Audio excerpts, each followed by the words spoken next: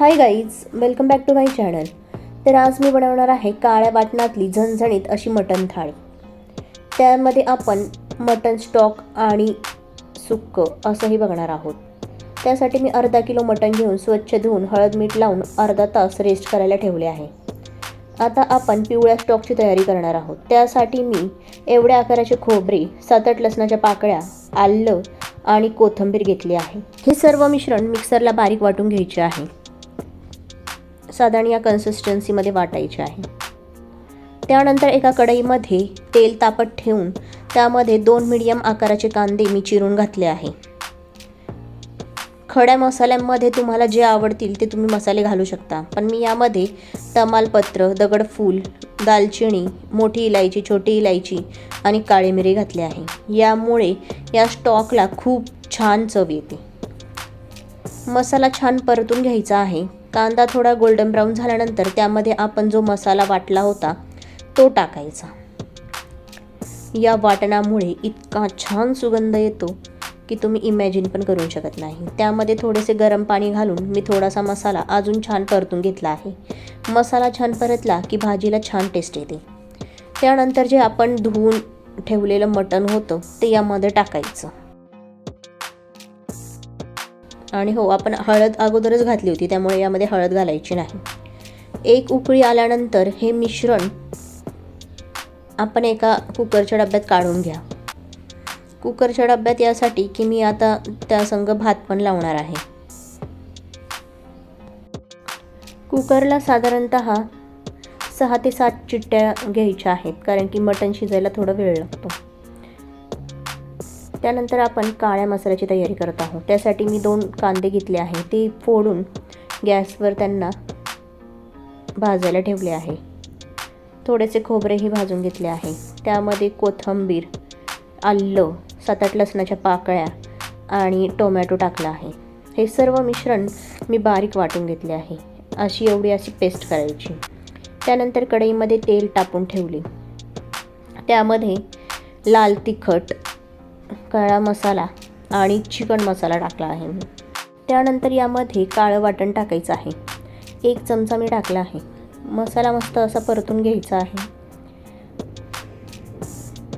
त्यामध्ये थोडासा पिवळा स्टॉक टाकला आहे मी, कारण की मसाला चांगला शिजण्यासाठी मी ह्याचा उपयोग करते.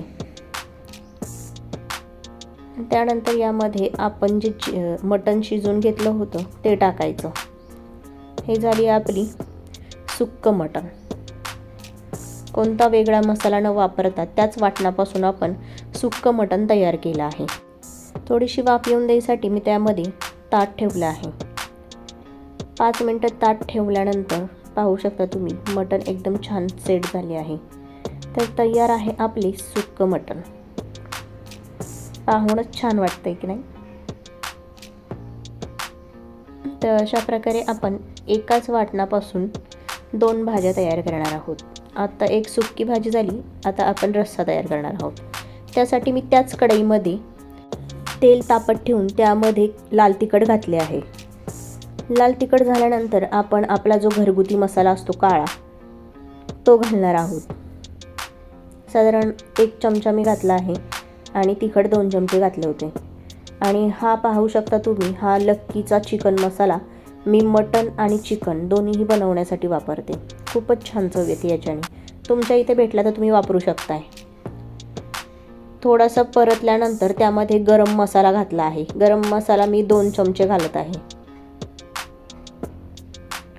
त्यानंतर आपण जे काळं वाटण तयार केलं होतं ते यामध्ये आता मी सर्व घालत आहे, कारण की आपल्याला रस्सा बनवायचा आहे. काळं वाटण छान असं परतून घ्यायचं आहे मसाल्यांमध्ये. मसाला जेवढा छान तुम्ही परतवताल तेवढी छान तर्री तुमच्या भाजीला येईल. त्यामुळे मसाला छान शिजून द्यायचा. त्यामध्ये मी थोडंसं गरम पाणी टाकून अजून थोडं परतून घेत आहे.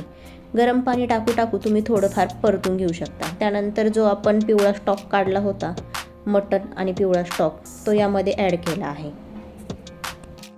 पाहू शकता तुम्ही, भाजीला किती छान रंग आला आहे आणि तर्रीही आली आहे. मटणासोबत खाण्यासाठी मी इथे अलीकडे बाजरीची भाकरीही केली होती. तर पाहू शकता, ही आहे आपली मटण थाळी, ज्यामध्ये रस्सा, सुक्कं आणि अळणी असा बेत केला आहे. तर मंडळी, कशी वाटली ही मटण थाळीची रेसिपी कमेंट करून नक्कीच सांगा. आणि व्हिडिओ आवडला असेल तर व्हिडिओला लाईक, शेअर आणि सबस्क्राईब करायला विसरू नका. अशाच नवनवीन रेसिपी आणि ब्लॉग पाहण्यासाठी चॅनलला सबस्क्राईब करा. भेटूया पुढच्या नवीन व्हिडिओमध्ये. तोपर्यंत धन्यवाद.